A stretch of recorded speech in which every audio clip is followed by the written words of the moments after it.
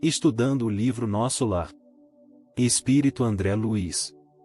Psicografia de Francisco Cândido Xavier.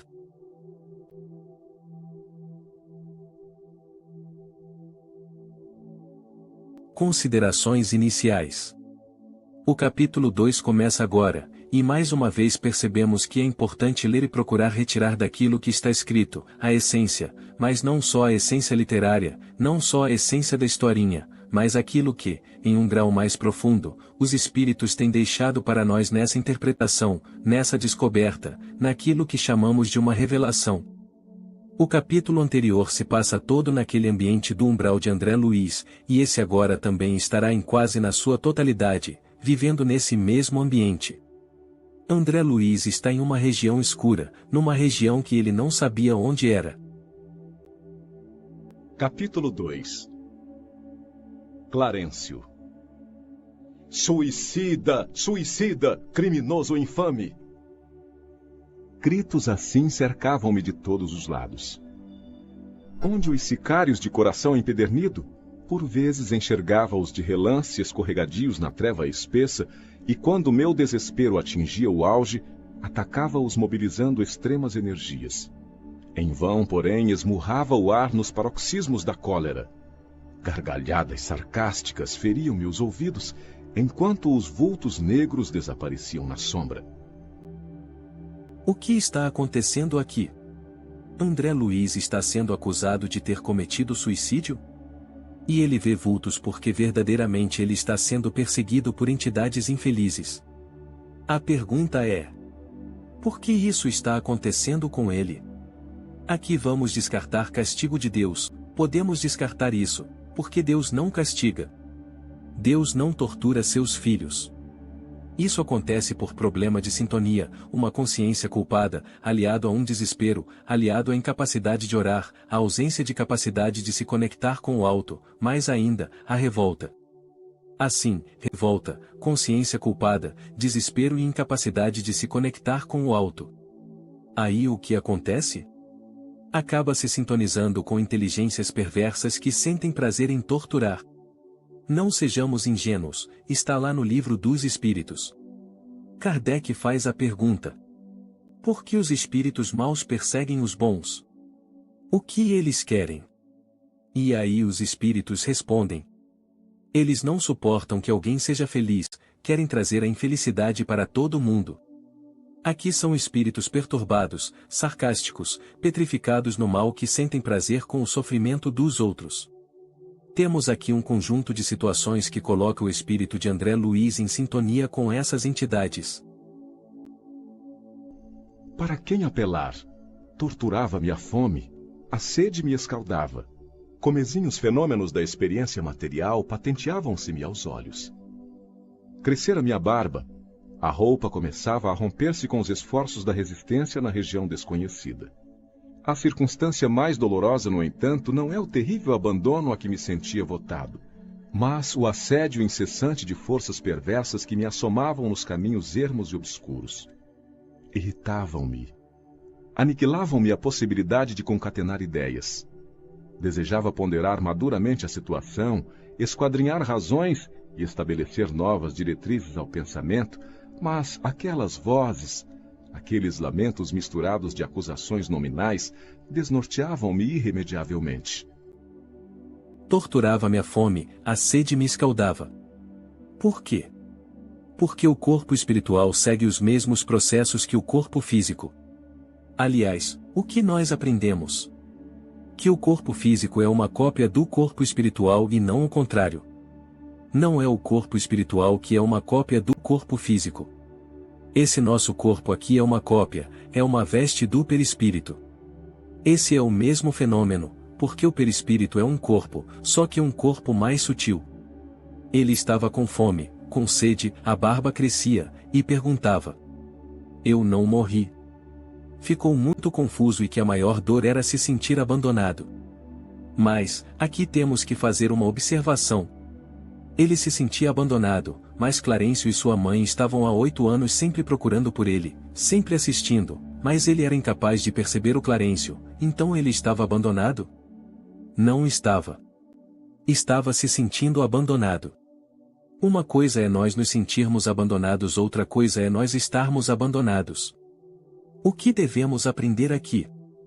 Nós podemos nos sentir abandonados nesse momento, agora, podemos estar nos sentindo abandonados pelos amigos espirituais, nos sentindo abandonados por Deus, nos sentindo abandonados por Jesus, mas podemos ter certeza que não estamos, pois, os amigos espirituais estão nos amparando, Deus nunca nos abandona, nós estamos sempre amparados. André Luiz estava impermeável, fechado, completamente fechado em si mesmo, na sua ideia, ele não conseguia compreender, não conseguia perceber que o estado emocional e espiritual em que se encontrava o impedia de receber ajuda. Estas condições em que se encontrava eram características das próprias vibrações emanadas por ele. O assédio das entidades era o que mais o perturbava, porque ele estava criando essa sintonia, ele estava facilitando com sua vibração. Ele queria pensar, encontrar as razões, estabelecer novas diretrizes ao pensamento. Mas o que ele fazia? Sintonizava com as vozes porque elas estavam falando o nome dele. André Luiz, seu suicida, seu criminoso, André Luiz, seu infeliz. E aí, ele ficava ali ouvindo seu nome e sintonizado com essas entidades. Isso era uma opção, era uma escolha e ele escolheu. Ele podia concentrar a atenção dele nas vozes que estavam acusando ou num pensamento, numa nova diretriz do pensamento ou num raciocínio. Mas o que ele escolheria? Qual a rádio que ele escolhia? As vozes, as vozes. Perceberam? Então, a conclusão, o que acontece com a gente todo dia? A mesma coisa.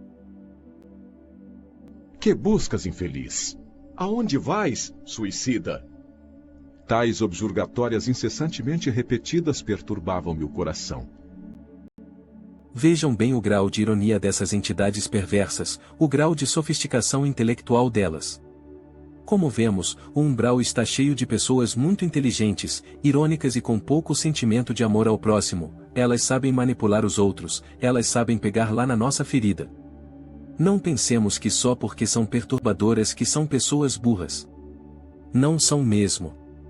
Elas o torturavam, pegavam na ferida dele. A culpa e o orgulho não o deixavam mudar de sintonia. Entenderam aqui qual é o segredo para se obsidiar alguém? Ficar repetindo a mesma coisa na nossa mente, repetindo sempre a mesma coisa, aí quando percebemos estão sintonizados com o obsessor. Por exemplo, acordamos, levantamos, e o obsessor fica falando para nós que nossa vida é inútil, que não somos importantes, que não servimos para nada, que nosso dia é vazio, repete, repete e repete, quando chega uma hora estamos repetindo as mesmas palavras que sussurraram no nosso ouvido. Conclusão. Nós caímos, sintonizamos no pensamento do obsessor.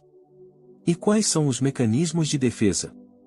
Já falamos aqui, mas vamos repetir.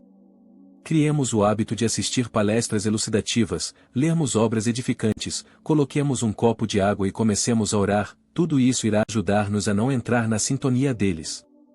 Assim como temos o hábito de cuidar diariamente de nossa higiene pessoal. A mente e o pensamento também precisam de higienização, principalmente pela oração diária. Infeliz, sim, mas suicida, nunca.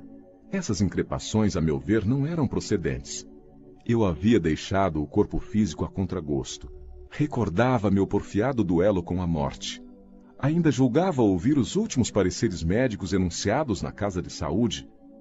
Lembrava a assistência desvelada que tivera, os curativos dolorosos que experimentara nos dias longos que se seguiram à delicada operação dos intestinos. Sentia no curso dessas reminiscências o contacto do termômetro, o pique desagradável da agulha de injeções, e por fim a última cena que precedera o grande sono. Minha esposa ainda jovem e os 3 filhos contemplando-me no terror da eterna separação.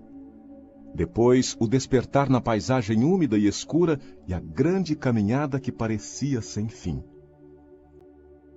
Estava narrando aqui o processo doloroso da sua desencarnação.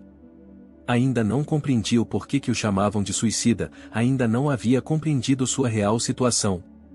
Ele era um suicida indireto, mas achava que suicida é aquele que tira a sua vida diretamente. Por que a pecha de suicídio quando fora compelido a abandonar a casa, a família e o doce convívio dos meus. O homem mais forte conhecerá limites à resistência emocional.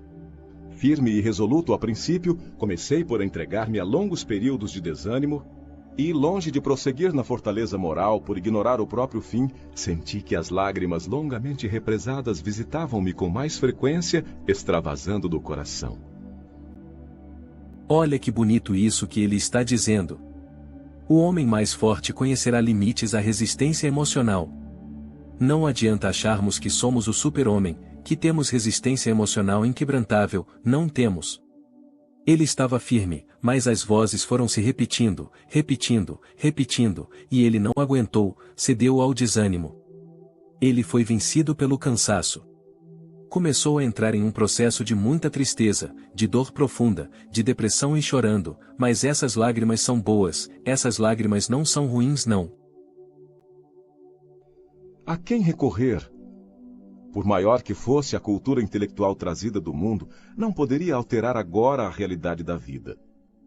Meus conhecimentos ante o infinito semelhavam-se a pequenas bolhas de sabão levadas ao vento impetuoso que transforma as paisagens. Eu era alguma coisa que o tufão da verdade carreava para muito longe. Entretanto, a situação não modificava a outra realidade do meu ser essencial. Perguntando a mim mesmo se não enlouquecera, encontrava a consciência vigilante, esclarecendo-me que continuava a ser eu mesmo, com o sentimento e a cultura colhidos na experiência material. Persistiam as necessidades fisiológicas sem modificação. Castigava-me a fome todas as fibras, e nada obstante o abatimento progressivo não me fazia cair definitivamente em absoluta exaustão. De quando em quando deparavam-se-me verduras que me pareciam agrestes, em torno de humildes filetes d'água a que me atirava sequioso. Devorava as folhas desconhecidas, colava os lábios à nascente turva, enquanto me permitiam as forças irresistíveis a impelirem-me para a frente. Muita vez suguei a lama da estrada, recordei o antigo pão de cada dia vertendo copioso pranto. Não raro era imprescindível ocultar-me das enormes manadas de seres animalescos que passavam em bando, quais feras insaciáveis. Eram quadros de estarrecer. Por mais cultura intelectual que possamos ter, nós não mudamos a realidade da vida espiritual foi estabelecida por Deus. Quem criou as leis e as regras, foi Deus, nós não mudamos a realidade da vida, não adianta querer achar que com nosso orgulho poderemos mudar a realidade dizendo: eu vou mudar essa realidade, porque sou inteligente, não vai não. Aqui ele está confessando, que era intelectual, orgulhoso, achava que sabia tudo, sou muito bom, sou muito inteligente, mas diante do infinito nosso conhecimento é bolha de sabão, bolinha de sabão que são levadas pelo vento. Aproveitamos para comentar aqui o que aprendemos quando lemos Emmanuel através da mediunidade de Chico Xavier. A consciência é por onde Deus se comunica conosco, como se fosse uma mensagem particular que toca na sua consciência. Quando Deus quer falar conosco, Ele nos manda uma mensagem através de nossa consciência. Não tem palavras, mas tem uma mensagem. Aí percebemos e sentimos que estamos recebendo um alerta, um chamado. Podemos até ignorar, fingirmos que não estamos vendo ou sentindo, mas a mensagem está lá. Foi exatamente isso que estava acontecendo com André Luiz, estava recebendo uma mensagem de Deus que iria mudar toda a sua trajetória de vida. E ainda alertamos que as obras escritas pela mediunidade de Chico Xavier devem ser lidas com muita atenção. Devemos ler suas mensagens nas entrelinhas para uma melhor compreensão. Temos que ler com o dedo, coloque o dedinho e vá lendo o que está nas entrelinhas, para uma melhor compreensão e entendimento. Quando André Luiz fala: castigava-me a fome todas as fibras, e nada obstante, o abatimento progressivo não me fazia cair definitivamente em absoluta exaustão. Observamos uma coisa muito interessante. Que o perispírito estava fraco, mas não é como o corpo físico. Não caiu totalmente na exaustão. Procurava qualquer coisa para se alimentar e matar a sede em uma situação desesperada, o cansaço que sentia de tanto correr, vivia correndo, fugindo, talvez muito provavelmente andando em círculos, afirmando que muitas vezes sugou a lama da estrada, recordando do antigo pão de cada dia. Percebemos aqui o que a teimosia e a revolta nos fazem, a falta de humildade de se entregar a Deus. Ainda afirmava que não conseguia se esconder de enormes manadas de seres animalescos, que passavam aos bandos, e aí perguntamos: será que estavam mesmo ali? E a resposta é sim, estavam ali. Eram entidades mesmo, não eram imaginação dele, eram entidades reais. Acentuava-se-me o desalento. Foi quando comecei a recordar que deveria existir um autor da vida, fosse onde fosse. Essa ideia confortou-me. Eu que detestara as religiões no mundo, experimentava agora a necessidade de conforto místico. Médico extremamente arraigado ao negativismo da minha geração, impunha-se-me atitude renovadora. Tornava-se imprescindível confessar a falência do amor próprio a que me consagrara orgulhoso. Agora, observem bem, André Luiz começa a aceitar a ideia de Deus como autor da vida. André Luiz, que não gostava, ou melhor, afirma que detestava as religiões do mundo e que não aceitava a existência de Deus. Começa a cair em si e começa a aceitar que precisava de um socorro, que deveria existir uma força maior, uma força superior que era o autor da vida. Percebemos a sua revolta, a sua arrogância interior e o seu orgulho. Não aceitava a existência de Deus e mais ainda, achava uma bobagem, esse negócio de Deus, esse negócio de mundo espiritual, essas coisas de religião, de reza, de cultos, tudo isso para ele era bobagem e coisas de pessoas ignorantes. Percebem agora? Muitos procuram ler muitas partes do livro, como o capítulo sobre o umbral, o sofrimento, mas não leem essa parte com a devida atenção, passem uma leitura rápida, mas não lê com atenção. Aí podem perguntar: ele era ateu? A questão aqui não é essa, se era ou não ateu, e sim o que ele afirmou. Detestava, aí é que entra o grande problema, ele além de não acreditar em Deus, era muito materialista. Lembram como começou a história? Que ele havia mergulhado nas filosofias imediatistas, que é o que? Vamos viver a vida material, vamos gozar dos prazeres da vida, pois o resto é tudo bobagem, tudo conversa fiada. E quando as energias me faltaram de todo, quando me senti absolutamente colado ao lodo da terra, sem forças para reerguer-me, pedi ao Supremo Autor da Natureza me estendesse mãos paternais em tão amargurosa emergência. Quanto tempo durou a rogativa? Quantas horas consagrei à súplica de mãos postas imitando a criança aflita? Apenas sei que a chuva das lágrimas me lavou o rosto. Que todos os meus sentimentos se concentraram na prece dolorosa. Percebe-se aqui que a sua revolta, sua arrogância interior e seu orgulho, agora começou a ruir e ele dobra os joelhos ao lodo da terra para rogar ajuda. André Luiz cedeu, entregou-se para o autor da vida, ao supremo autor da natureza e falou: pelo amor de Deus, me socorre. Precisou chegar ao total esgotamento mental e psíquico para se entregar. Chegando ao ponto de não ter mais forças para se reerguer, esse foi o momento da virada. Esse é o mesmo que está escrito na parábola do filho pródigo, que possui esse mesmo roteiro, esse mesmo padrão de movimento psíquico vivido por André Luiz. Quem se recorda dessa parábola, onde diz que a situação dele foi se agravando, foi se desgastando, foi se envolvendo cada vez mais em uma situação difícil e quando percebeu estava comendo alimentos dados aos porcos. Aí o texto diz assim: ele caiu em si. Ele falou: quantos trabalhadores do meu pai têm abundância de pão e eu que sou filho, estou comendo comida de porco. Bastou ele pedir, implorar para o autor da vida, e ele lhe respondeu. Nesse momento André Luiz tem a virada, e é o ponto de inflexão, então ocorre uma profunda mudança interior nele, e bastou essa mudança para que todos os cenários exteriores se alterassem.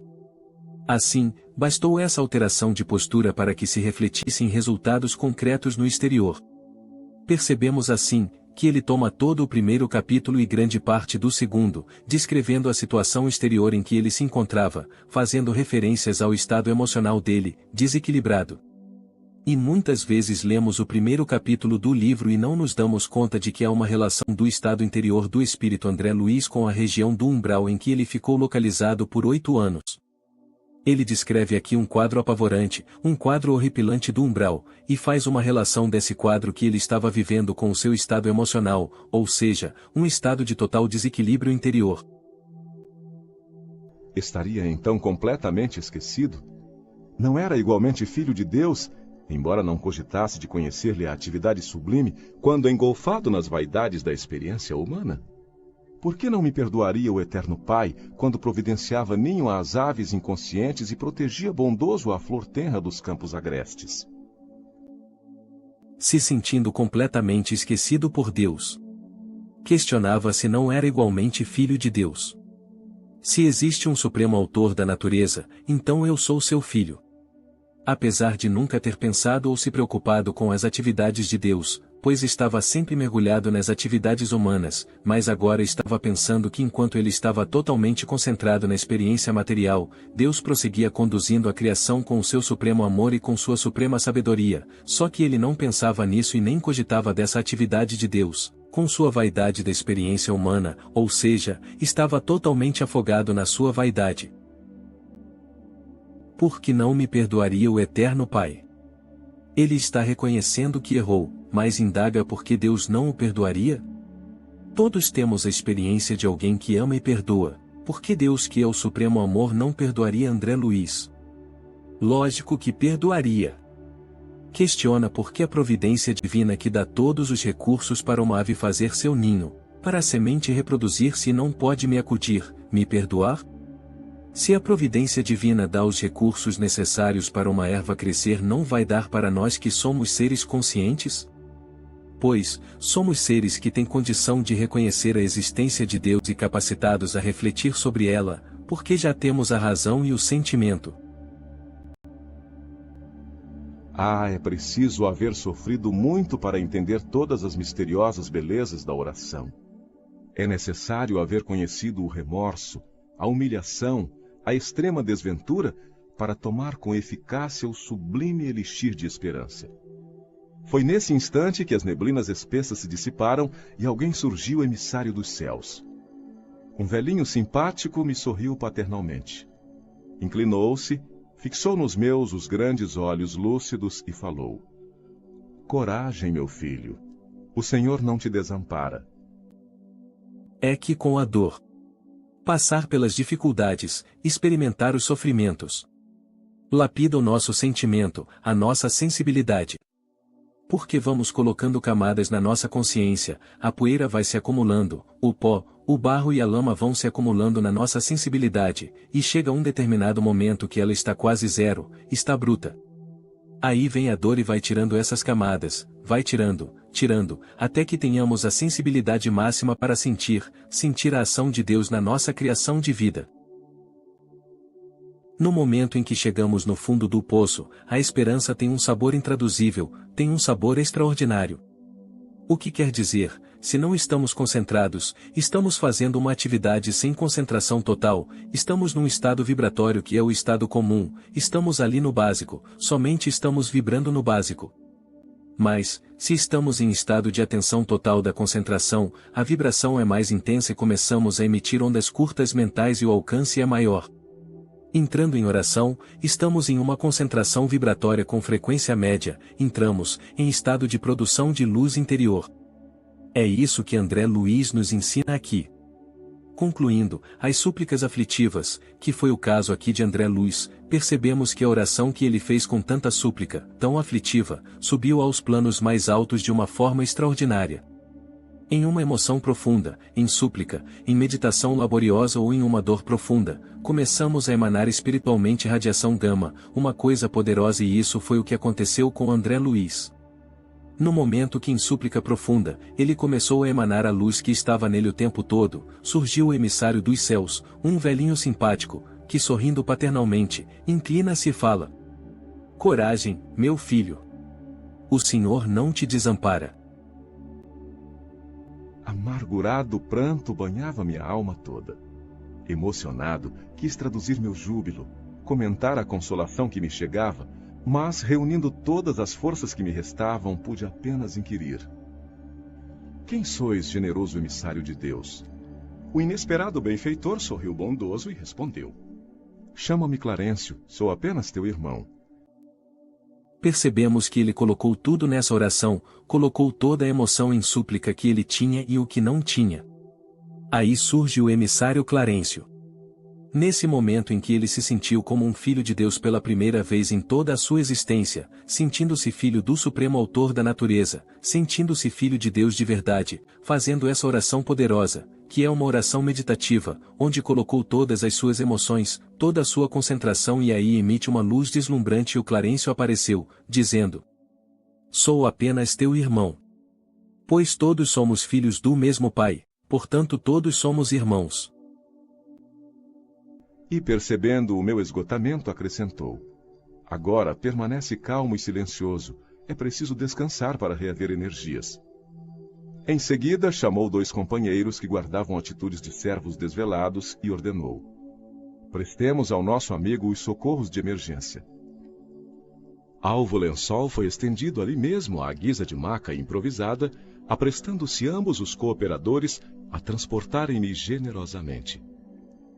Quando me alçavam cuidadosos, Clarencio meditou um instante e esclareceu como quem recorda inadiável obrigação.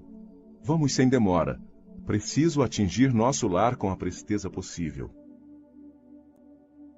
Iniciando-se assim os primeiros atendimentos, o primeiro ato de socorro a André Luiz, foi apenas solicitado que ficasse em silêncio, calmo e que repousasse para recuperar suas energias.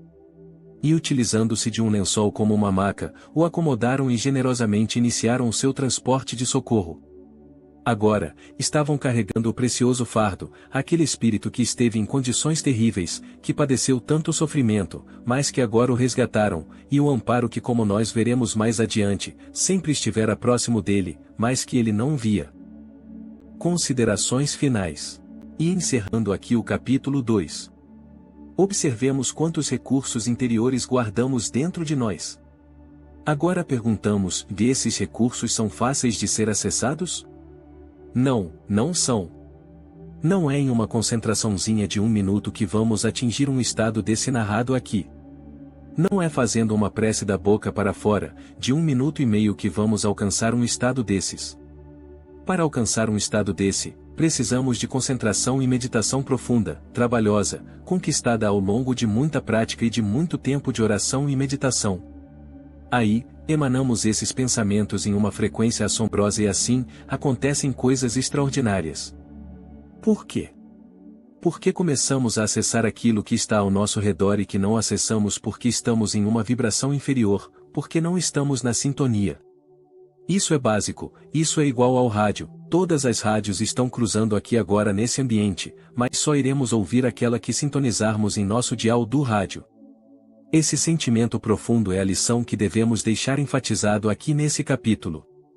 Levemos essa mensagem para todos nossos familiares, levemos para as pessoas que amamos, levemos para o nosso ambiente de trabalho. Pois, esse poder está à nossa disposição, temos dentro de nós e para fazer essa força sair para fora é preciso um estado de concentração, é preciso uma prece que venha lá do fundo da alma, é preciso algo que venha do fundo de todas as nossas emoções e temos que estar concentrados nesse ato. Assim, vamos alcançando essa beleza que é o amor do Criador que está disponível para todos nós, a providência divina que está disponível para nos atender na medida da justiça, na medida do nosso merecimento.